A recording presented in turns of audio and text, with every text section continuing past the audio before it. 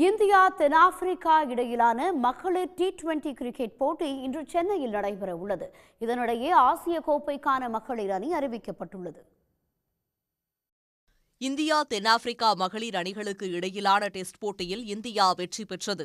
அதையடுத்து 3 போட்டிகள் கொண்ட T20 தொடரில் இரண்டாவது போட்டி சென்னை சேப்பாக்கம் மைதானத்தில் இன்று இரவு 7 மணிக்கு நடைபெறவுள்ளது. இன்றைய போட்டியில் இந்திய மகளிர் அணி வெற்றி பெற்று வேண்டிய கட்டாயத்தில் உள்ளது.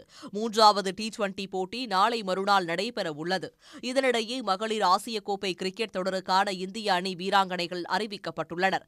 8 அணிகளுக்கு இடையிலான 9வது மகளிர் ஆசிய கோப்பை கிரிக்கெட் தொடர் வரும் 19 தேதி முதல் 28 தேதி வரை இலங்கையில் நடைபெறவுள்ளது. இந்திய அணி தனது முதலாவது ஆட்டத்தில் பாகிஸ்தானுடன் மோதுகிறது. இந்தியா உள்ள ஏ பிரிவில் பாகிஸ்தான், நேபாளம், UAE ஆகிய அணிகள் உள்ளன. இந்நிலையில் கேப்டன் ஹர்மன்பிரீத் கவுர், துணை கேப்டன் ஸ்மிருதி மந்தனா தலைமையில் வீராங்கனைகள் அறிவிக்கப்பட்டுள்ளனர். அதன்படி ஷபாலி வர்மா, தீப்தி சர்மா, ஜெமிமா, ரிச்சா கோஷ், ஸ்ரேயங்கா பாட்டில் உள்ளிட்டோர் அணியில் இடம் பிடித்துள்ளனர்.